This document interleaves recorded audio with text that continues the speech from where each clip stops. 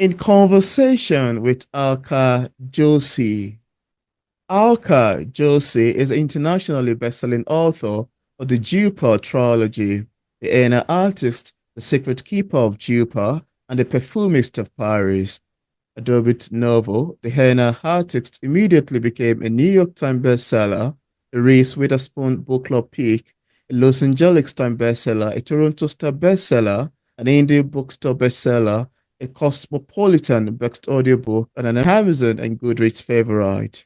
It was longlisted for the Center for Fiction Fox Nobel Prize and has been translated into 29 languages. It's currently in development at Netflix as an episodic series. Alka's writing journey began at the age of 62. In 2023, Forbes selected Alka as one of the 50 women over 50 who are shattering age and gender norms across America. Alka was born in India and came to the United States with a family at the age of 9. She has a BA from Stanford University and an MFA from California College of Arts. Her fourth novel, 6 Days in Bombay, will be released on April 15, 2025. And on today's episode of Auto Interview, it's my utmost pleasure, joy, and excitement to have on the show today, Alka Joshi. Welcome on the show, Alka. Thank you so much. It's a pleasure to be here. It's a pleasure to be speaking to people in Nigeria. Absolutely. It's quite lovely to have you on the show today. I'm kind of excited. We're going to be having a lovely conversation around your beautiful titles. Thanks for coming on. Thank you for having me. Nigeria has such a strong literary tradition that I was Mm. excited to talk to you. Oh, interesting. Thank you. Thank you.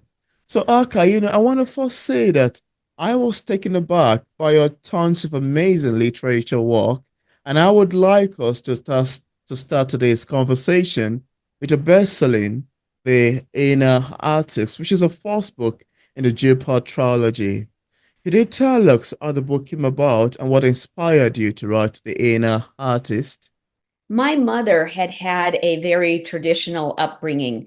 She knew from the time she was a little girl that she would have an arranged marriage, that she would not have any agency about decisions that are common in the Western world.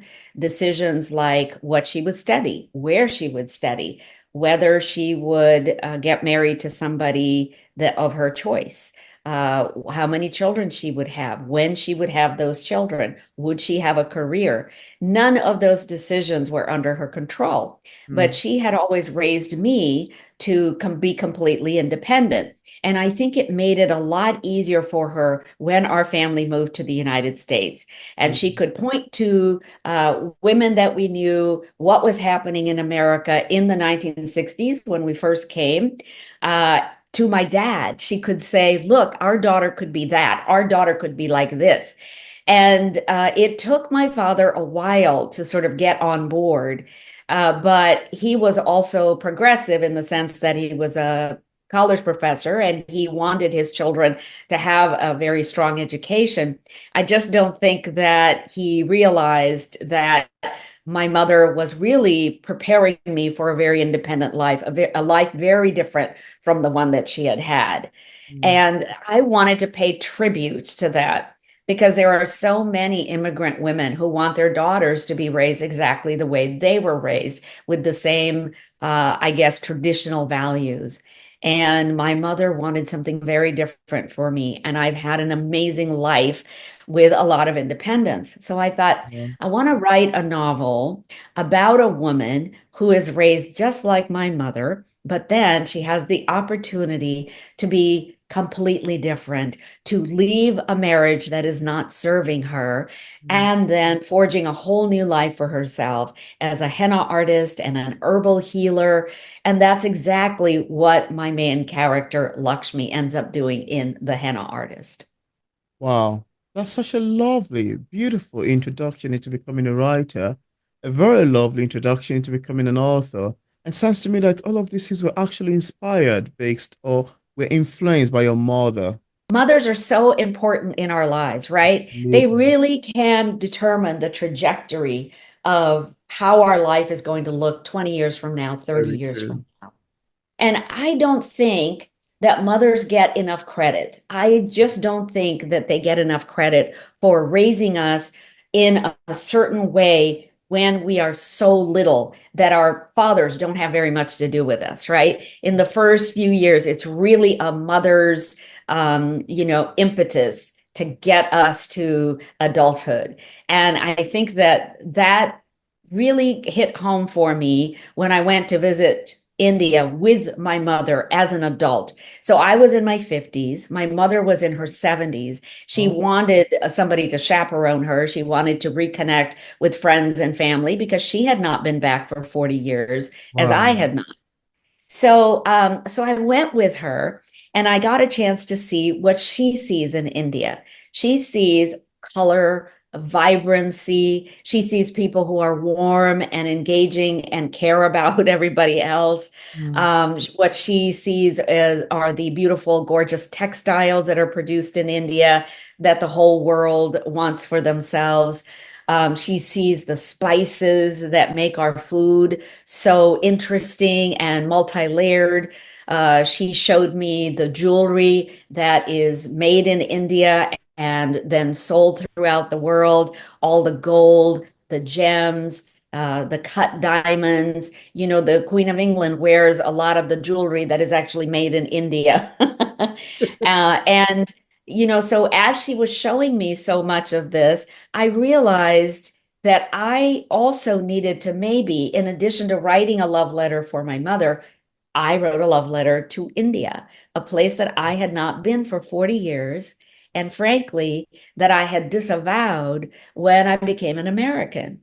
When I became an American, it was because I wanted to blend in, because I was brown in a whole sea of white people and I was looked at, I was sneered at, I was made fun of because nobody understood in the 60s, in the middle of the country where we were, what it meant to be an Indian, where India was, that India was far beyond this place of poverty and sacred cows running through the streets and the dot that women wore on their foreheads, that India was a multi-layered country with ancient history to be appreciated. So I had a chance then. I had like a second chance to get to know India Mm. and to write about it in all of my novels. And that's my goal, is to let people know what India is like when they've never been, when all they have ever seen is a textbook with photos that they don't quite understand. Or movies. Yes, or movies, exactly. Yeah, I think I love your description of this actually. And while you were speaking, some questions pop up in my head I would love to ask you. Because to me, I find your short description of this book to sound a bit memoir to me. And I think it's going to have a sort of a beautiful connection between the United States and India. And now I want to digress a little bit. How do you think the book, this particular series, has been received by people, by readers from India? That is a great question. I get asked that question all the time. Oh, And the books are bestsellers in India. And I wow. am often contacted by people in India or across the global diaspora Mm. from South Asia, people with South Asian heritage. And they always say to me, how did you get India so perfectly? Because I Wow. don't create a perfect India in my books. I Mm. create the real India, with all of its warts and so, what they are seeing is not only the India that is often portrayed in the West, but the India that they know firsthand. And I get love letters from everybody around the world. I have been featured in Harper's Bazaar in India, in Vogue in India, and I was recently with a book club on Zoom that is based in Mumbai. And the organizer asked me, what languages in India has your book been translated into? And I said, as far as I know, only English. Harper India only published it in English. And he said, would you be surprised to know that on the streets of Mumbai, your books have been pirated into all these languages that are spoken in India Wow. because everybody wants to read your books? Wow. Wow. Yeah. Oh And my not goodness. everybody reads English in India, as you know. Absolutely. I know. There are quite a lot of languages in India. I think one of the most popular one is Tamil, and I can't remember the other one. Yeah, Telugu, Kannada. Yeah. but I know of Tamil very well, and several other ones. There's another one that's a bit too popular too. Quite amazing, really. That's such a lot to digest and take in. And, I have to tell you, it was one of my big concerns when I started writing that people would say, you have not lived in India since you were 9 years old. What gives you the right to Yeah. write about India, to talk about India? And also, like, Oh my how will goodness. you be able to get it correctly? How will you make it authentic? And so it was so important for me to do the research to make sure that my portrayal of India was accurate, that it was Mm, authentic. And I'm just delighted to know that this is exactly the impact that it's having in India or on South Asians, because wow. people in Pakistan read my book. People Mm, in Bangladesh read my book, Sri Lanka, all these people are reading my book and finding it authentic. And they're recognizing their mothers in the book, their grandmothers, wow. their uncle. They know all of the people in my book, basically. Wow, that's quite amazing to know, really. One of the things I was trying to remember the other time about the language, ex-Hindi, which I think is well widely spoken in India. Then we have Bengali, we have Marathi. Then the other one I mentioned, Tamil, because I love following them. There's some of the booktubers I love to follow over the YouTube space, and they're doing quite amazing in terms of, reading books in other languages aside English. That's quite amazing. Thank you so much for sharing. Thank you. Yeah, yeah. And I would love us to move into your second series in the name of The Secret Keeper of Jupiter. For readers who haven't read that yet, and of course without giving much information away, could we have a sneak of what you would expect in terms of themes and subject lines, picking up The Secret Keeper of Jupiter? If you have a copy that I'd love you to show to the camera too. For me, it's a plus. Thank you. Yeah. I'm so delighted that people ask me all the time, do you design your covers? Hmm. And I have to say no. I wanted to design my covers because I come from a marketing and advertising background, but they said at HarperCollins, they said, no, no, no, that's okay. We have a whole art department that is going to take care of this. Wow. So so I said, okay. And I'm so pleasantly surprised at how beautiful each of the covers are. They have Yeah. really done a beautiful job. Yeah. And they've done a great job also of making them look like it's the same family that they come from. Interesting. Interesting. Yeah, I was going to ask about the themes and subject lines, speaking of the Sacred Keeper of Jupa. Yeah. So the year is 1969, Mm. and one of the main characters of the henna artist, a young street child who was 8 years old in that book, now is 20 years old, and he's had the advantage of a boarding school education. He has been with all these wealthy boys in a boys' school up in Shimla, which is in the north of India, right at the foothills of the Himalayas. I wanted to know, because he has had this posh education, because he's been around all these wealthy boys, Mm. has his personality changed? In The Henna Artist, he was a boy of a lot of integrity and a lot of loyalty. And he respected Lakshmi so much for what she was able to accomplish and what she gave him, that I wanted to know, what is the difference with him now? So that's why I wrote the book. I wanted to explore that. And in the book, what happens is he does get embroiled in a shenanigan that is not of his own making. It is Wow. something that is, it's not legal, it's being carried out. And so he has a choice to make. Do I go along to get along, or do I turn these people into the authorities? And he turns to Lakshmi, his old mentor, for help. So Lakshmi is also in the second book, where she is a mentor to him, and she can help unravel the mystery and try to get everything straightened out for him so that he is protected. But at the same time, also, Lakshmi is learning something else about his life. Wow. He has this wonderful lady that he is interested in, and he would probably like to marry her. She has two children. She's a widow. Now, Lakshmi is a little upset about this love interest because the young woman cannot read or write. She is not literate. She has been raised up in the mountains without any formal education.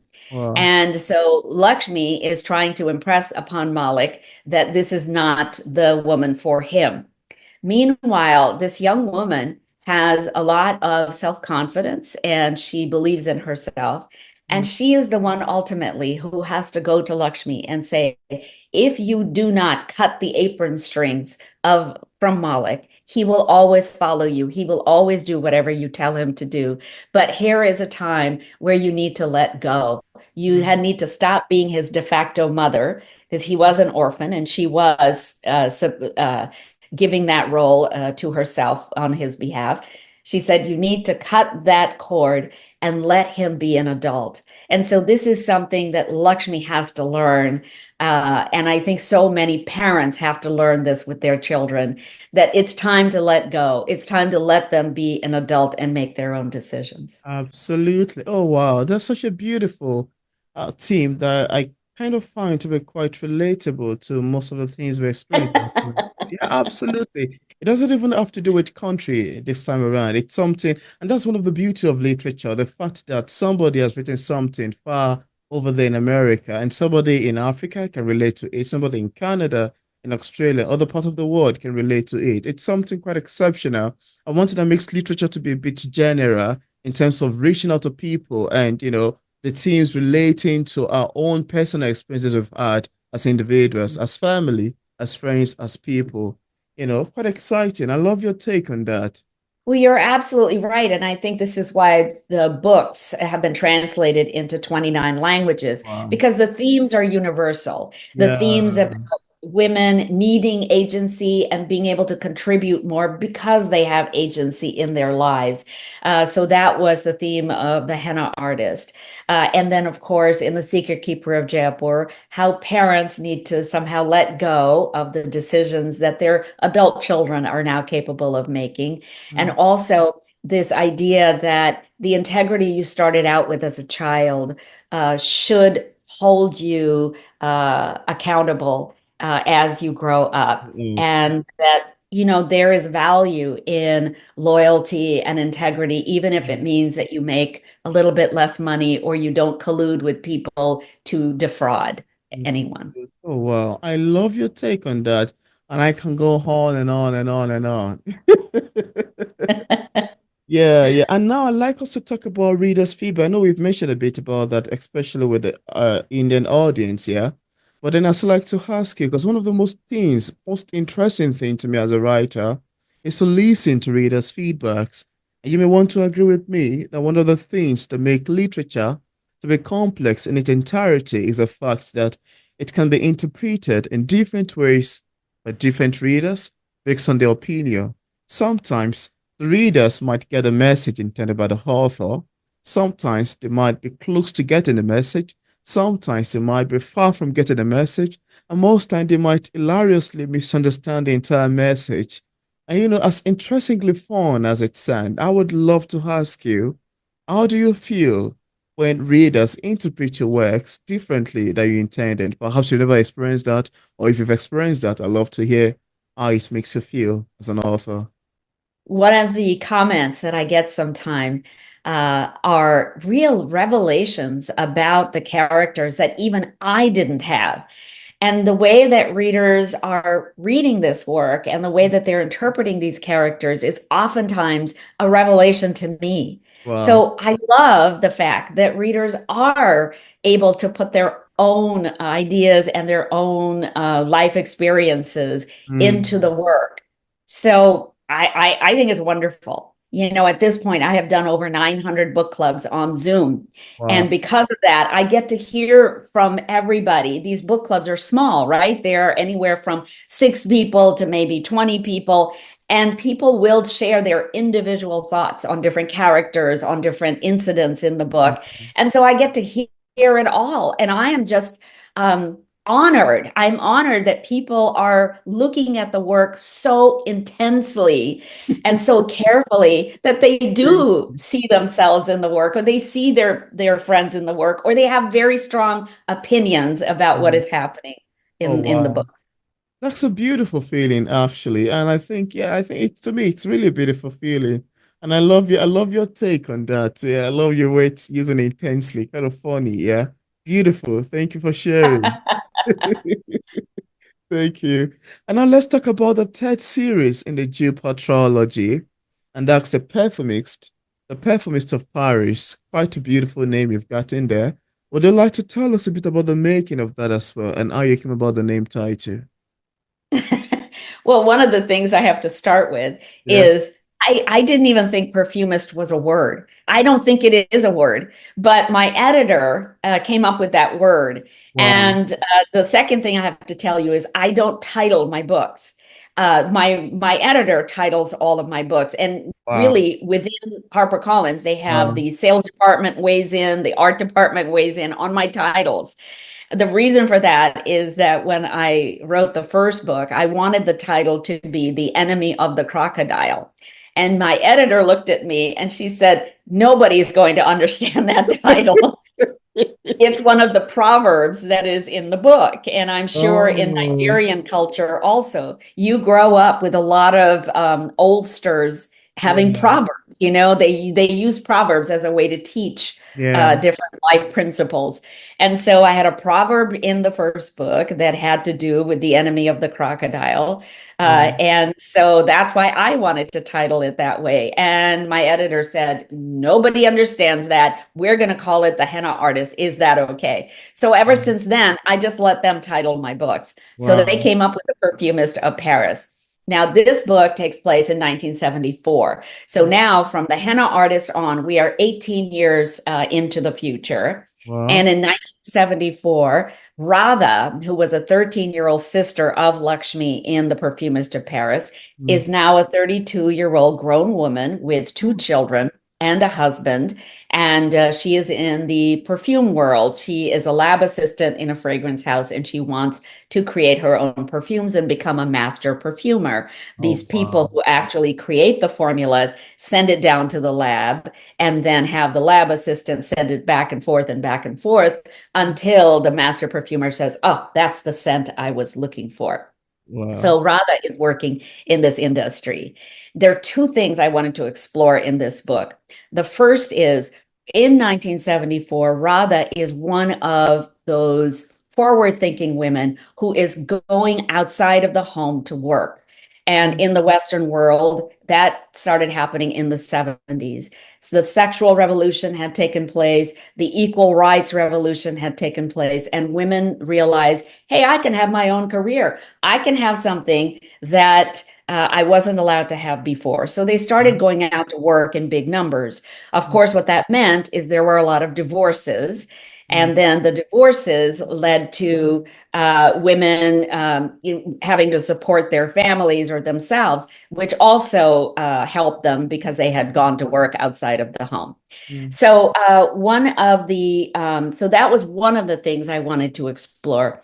How is Radha dealing with the fact that she's working outside of her home? And does she have support for that? Is her husband supportive? Is her mother-in-law supportive? Mm. And her husband and mother-in-law are, of course, Parisian, so it's a very different culture. Um, and the second thing I wanted to explore is what happens when Radha is confronted with the young boy, with the baby that she gave up for adoption 18 years ago in The Henna Wow. Artist. And what happens when that boy, she comes face to face with him and he comes looking for her. So, two very big themes that I wanted to explore. And I think it was lovely to meet up with all kinds of people, first of all, in the perfume trade. So I had to go to New York, I had to go to Paris, I had to go to the south eastern part of France called Grasse, Mm. and it's right near Nice. And then I had to go up to Portugal and meet with an old gentleman who used to be in the perfume trade in the 1970s in Paris. Wow. So it was wonderful to get a really full-bodied education in how perfume is made and distributed and what the role of a master perfumer is, Mm. where Rada works, in Paris. Then I also talked to adoption experts and women who had either adopted out a child or had adopted a child, or were somehow related to the adoption world. And I wanted to know from them what their experience was. So Mm. I had a chance to get a lot of education about those two subjects and then Wow. start writing what I thought Radha would end up doing. And it was a lovely exploration. I knew nothing about perfume when I first started, but it was really interesting to find out. And here's the best thing I found out, that the genesis of much of the fragrance in this world, whether it's for our bodies or our home or our detergent or our candles, whatever, the genesis of those fragrances comes from the South Asian area, from the Wow. Indian subcontinent. And the reason for that is because all those years ago, when the European traders would come down into Asia along the spice route, they were looking for those kinds of spices, the cinnamon, the cardamom, the cloves, and of course, they found the plants. They found the tuberose, the jasmine, the lilies that in India they grow because of the climate. They're so intensely scented. So they would take all of these things back to European factories, and then the Europeans would somehow make use of them and they would use them in fragrances or food or whatever.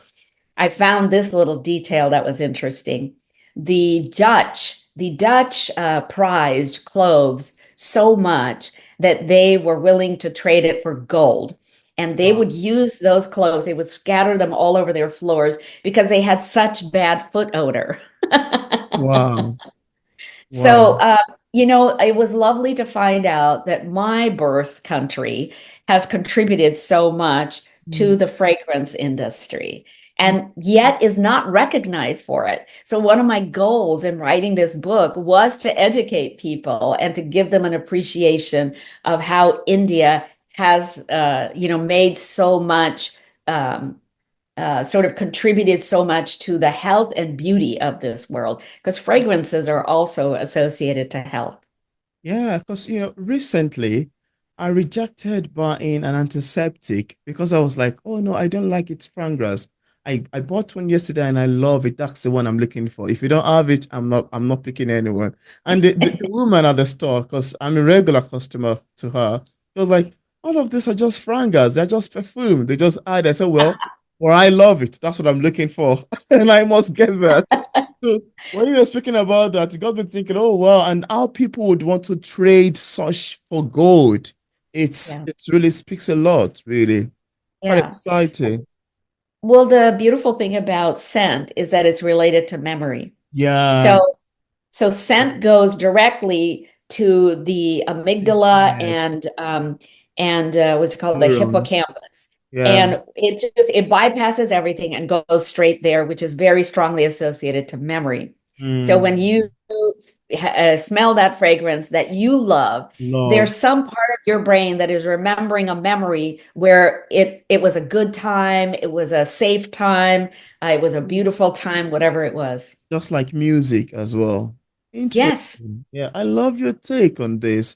This is quite exciting. And as we are speaking, something popped up in my head that I would love to ask you. And I knew it might sound a bit tricky, more like asking a mother, which of your kids do you love best out of the first kids to the second one, the male or the female? Now, I wanted to ask you, which of your books, I mean, you've gotten a trilogy, to you, which do you think you'd prefer or love more than the other? Or is there one you love over another? I just want to hear your take on this. Well, you are absolutely right. When people ask me this question, I always say, would you ask a mother which of your kids is We favorite? will. I think what I would answer is that the characters are my favorites, right? The Mm. the I have fallen in love with these characters because I have been working with them at this point for 15 years. They live in my head. I walk with them, I eat with them, I sleep with them. You know, they're constantly in my brain. Mm. So it's the characters I love. I even love the bad characters, the evil characters, because everybody has humanity in them. You know, people don't just naturally come out bad. There's something that happened in their environment or Oh. their families that made them that person. Mm. So I have a lot of sympathy and empathy for all of my characters. And Wow. so I end up just loving them all. And I can't wait to see what they're going to do next. What they're going to do next. You say that as if you're not the one in control of the characters.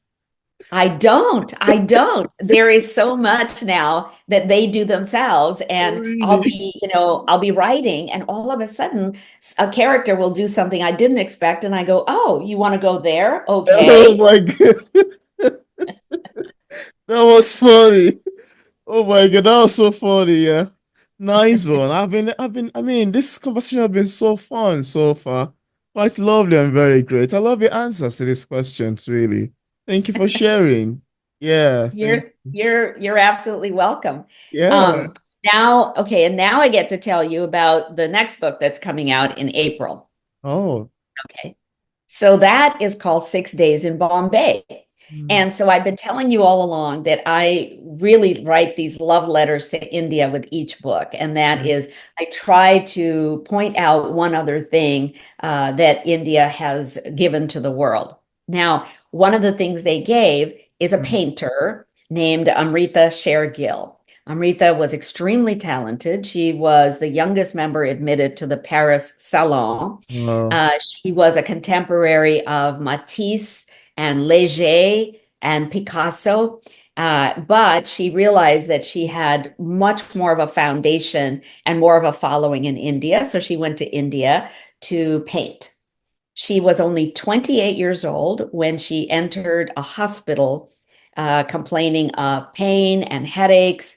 And she died in 2 or 3 days at that hospital. Wow. Every research that I have found is very mysterious about how she died. The speculation was that she might have had a botched abortion. And Mm. it might have been given to her by her husband, who was a medical doctor but didn't practice medicine. Oh So, God. armed with this information, I thought, how could I tell a story about this woman whose work I do not want to be forgotten in this world? Mm. She was doing an avant-garde style of painting that was not prevalent in India at all in the 30s and 40s when she was painting. So I made this story up about a young painter who comes into a hospital in Bombay complaining of headaches and pain and is bleeding. And there's a young nurse who is taking care of her. Now, Mm. she and the nurse bond over the fact that they are both half and half, which means that the painter herself is half Indian and half European, and the nurse is half Indian and half British. So I get a chance to talk a little bit about what it was like in that era to be half of one identity and half of the other. What does somebody do with a dual identity? Which part of the identity do they claim? And do they have a right to claim it, or do they always feel adrift? And so the nurse, when the painter dies within 6 days in Bombay, which is why it's called that, Mm. when that painter dies, the nurse has been bequeathed 4 paintings. She didn't know that these were Wow. going to be given to her, but the painter asked her through a note that came with the paintings to please find the people in Europe who were her former lovers and former friends and distribute those paintings. And when the nurse does that throughout Europe, she goes to Istanbul, Prague, Paris, Florence, London, and then back to Bombay. When she does that, she discovers the mystery of how the painter died. Wow. Oh wow. That alone to me sounds to be quite emotional, very pulling, quite compelling and absorbing. And I love the title, 6 Days in Bombay. As you were speaking, because as you were speaking, I was like, this is amazing. To be frankly speaking, from the first the second, to the third, and now you're having this one. And it's kind of inspiring me to ask you how you get your inspirations and ideas. Because sometimes it can be very surprising to me how an author, a writer would sit down and craft words, bring sentence together to make paragraph make pages, pages make chapters, chapters coming together to make lovely trilogy you've got there, and another 6 day in Bombay. How did they get the inspirations and where did they find those words? Where is the paragraph coming from? Where are those sentences and pages coming together? And it's transitioning beautifully to make an amazing story with no disparity in it. I'd love to ask you, as far as writing is concerned, how exactly do you get your inspirations? I know we've talked a bit about some inspired by your mother, yeah, but then how do you get inspiration from other of your works? Where did they come from?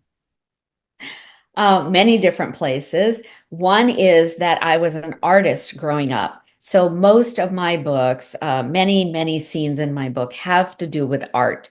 They have to do with artists. They have to do with what is the inspiration for an artist to do what they're doing. Mm, And because I'm an artist, I observe things very carefully. I was trained, from a very early age to mm, watch all of the details. Like if I'm drawing a portrait, I can see that you have headphones on, and I can see that you have some light that goes on your cheeks and across your nose and some across your forehead. So I would be careful oh about my goodness. drawing all of that very realistically.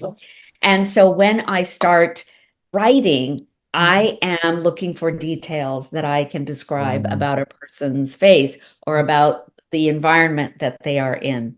Uh, so that is an inspiration, just watching people, just seeing how they interact. And I go, oh, that could be a character in a book. And that character could be, somebody who wants this from that neighbor, and that neighbor doesn't want to give it to them. So my imagination, goes on overtime.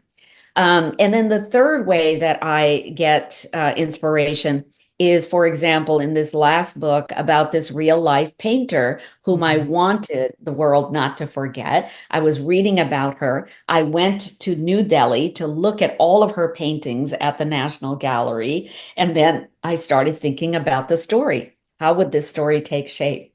And then one chapter then leads to another, one scene leads to the next scene, and the next scene after that. It just starts, my mind just starts going, and it just starts rolling, and then I just write chronologically scene after scene. Well, I love your answer to that. While you were speaking, it got remembering a recent occurrence. I was traveling by road from my city to another state, Benin City. Yeah, so I was traveling by bus. Yeah, so when the bus got filled, then the driver started. It was at the point he realized that, oh, he needed to change his tire. He stopped us by the road, he changed that, he moved another kilometer and realized a tire had fell from the top. He parked again and he was acting all cocky and annoying. And I was just like, one of the people were complaining in the bus. I sat there, I was just observing. I was like, I began to write so many things in my head and craft something. And I was like, oh, wait, Peter, you've already written like 1 pages on how to describe this man. He was so unprofessional, so disorganized, so annoying. And I was like, Yeah. oh my goodness, this would make a very Well, lovely story. And in my head, I was just painting him with the frustration from my own side and that of all the passengers too. I was like, oh my goodness, we've loaded this thing 3 p.m. This is 4, we are still in this city. 5 p.m. we are still here. That's 2 hours after we've loaded. This man is not a serious person. And we have 3 hours to go because it's a very far journey. So it's a very funny and lovely kind of. I was like, oh, I can actually write about this because in my head, looking at him, I've written like 1 or 2 pages in my head already. I was saying it in my head. I was like, oh, it would have been fine if I just pick up my pen and just write it out. I was like, oh, let me just let it go. oh, Peter, you should write about things like that, because what it will train you to do Mm, is to write about your emotions and what you're feeling at that time. A yeah. lot of people don't know how to describe their emotions, but the more you do it, you realize. And then what you want to do is physically describe what their body is feeling. For example, when I am angry, my brows go like this, right? Mm, And also I can feel my pulse getting a little, my pulse is racing. I actually feel myself curling my hands. My body gets tense. And if you can describe, take a moment to feel in your body what you're feeling, mm, then that comes out in your writing later. A third thing that you could have done in that instance is mm, actually start thinking about what is happening in the life of that driver. Why? Why is he doing this thing over and over and over? Why are we just sitting here? Why do we, keep repeating this pattern? Maybe there's something in his life that happened this morning. Maybe his wife told him, "I'm leaving." Maybe he ended up breaking a vase in his house as he was leaving for work. And now he's thinking to himself, that was a vase that my mother gave to me, and I can't believe that I just broke it. And, I'm going to have to tell my siblings that I broke that valuable vase that our mother gave to us. Start imagining the reasons why he was in that space causing all this heartache to the rest of you. It was very, it was very annoyingly funny, actually, if you got to think about it most deeply. Oh wow, that's such a beautiful one. Thank you so much for, I mean, this has been so fun so far. Very amazing, well detailed into the act of writing, literature, and your characterization. I love the sound of it. Thanks for sharing, yeah.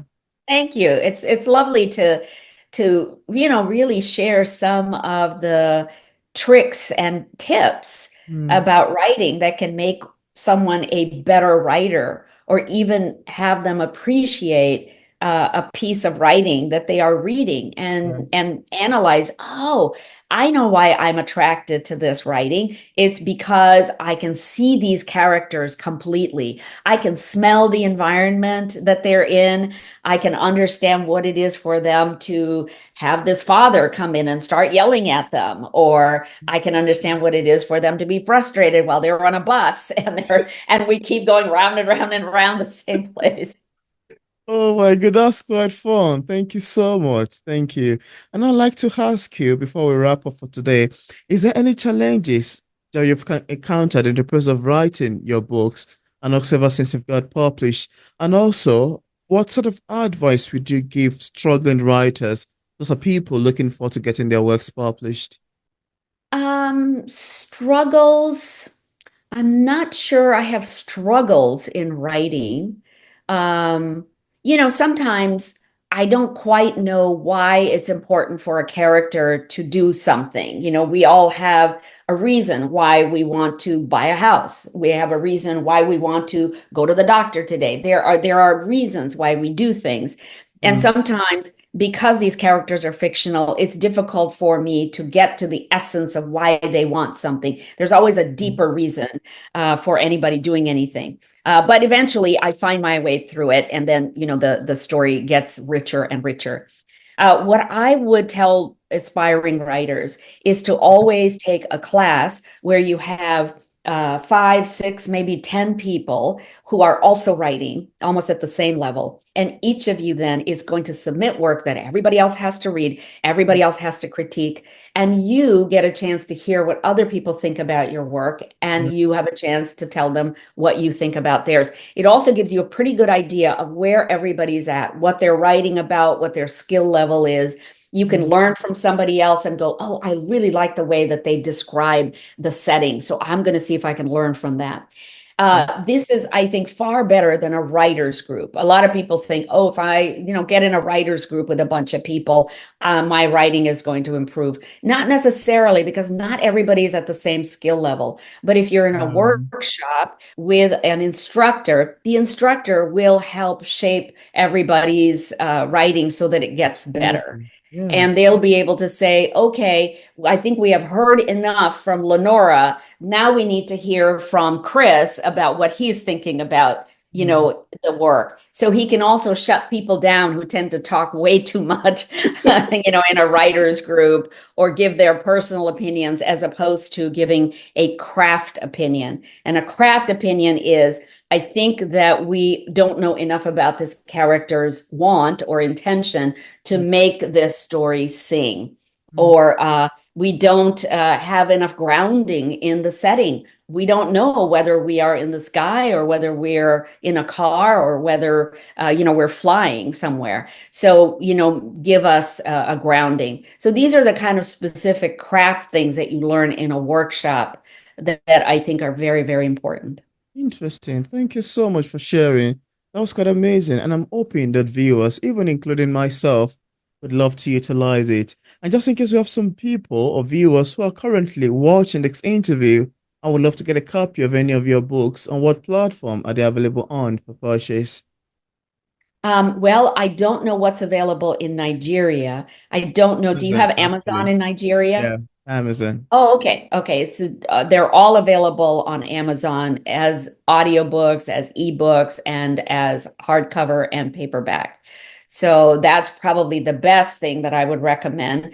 And I don't know if you have, are you in Lagos or somewhere I'm in else? Lagos. Okay. In Lagos, I'm sure you have bookstores, English language bookstores or whatever that will probably have copies of the book. And if they don't, you can always say, hey, I just spoke to the author of these books and I would like to get a copy. Thank you so much for that. And I left a link in the description part of this interview where interested viewers can get a copy of Alka Joshi books directly on Amazon and Barnes& and Nobles on our website Barnes and and some Nobles. other Thank you. Yes, platform. Barnes and Nobles. Do you have Barnes and Nobles also in Lagos? Absolutely. It's all over the Oh, okay. internet space. Yes. Yes. Also And they left a are link. very, HarperCollins has a relationship with Barnes and Noble, so they always carry all of our books. Yes. Yeah. I also left links to our social media pages for possible followings. So thank you so much, Alka, for accepting the invitation to be featured on P English Literature. I must say it's more than awesome. Very lively, quite fun, beautiful, a lot of laughter we've got in here. Lovely conversation, literature-wise. Having you on the show today. Thanks for coming on. Oh, Peter, thank you so much. I love the questions that you ask. They're different from the questions I normally am asked. Oh, So, yeah, it was really lovely to talk to you. And, I think it's lovely that your audience is interested in the world, is curious about the world, and mm, want to read books that inform them about something that is greater than what they have been taught so far. And I know you have a lot of South Asians in Nigeria. Yes? yeah, Yes. Yeah. yeah. So I imagine that if any of your audience is South Asian, they're going to want to know about these books for sure. Absolutely. Thank you so much, Alka. This was quite fun.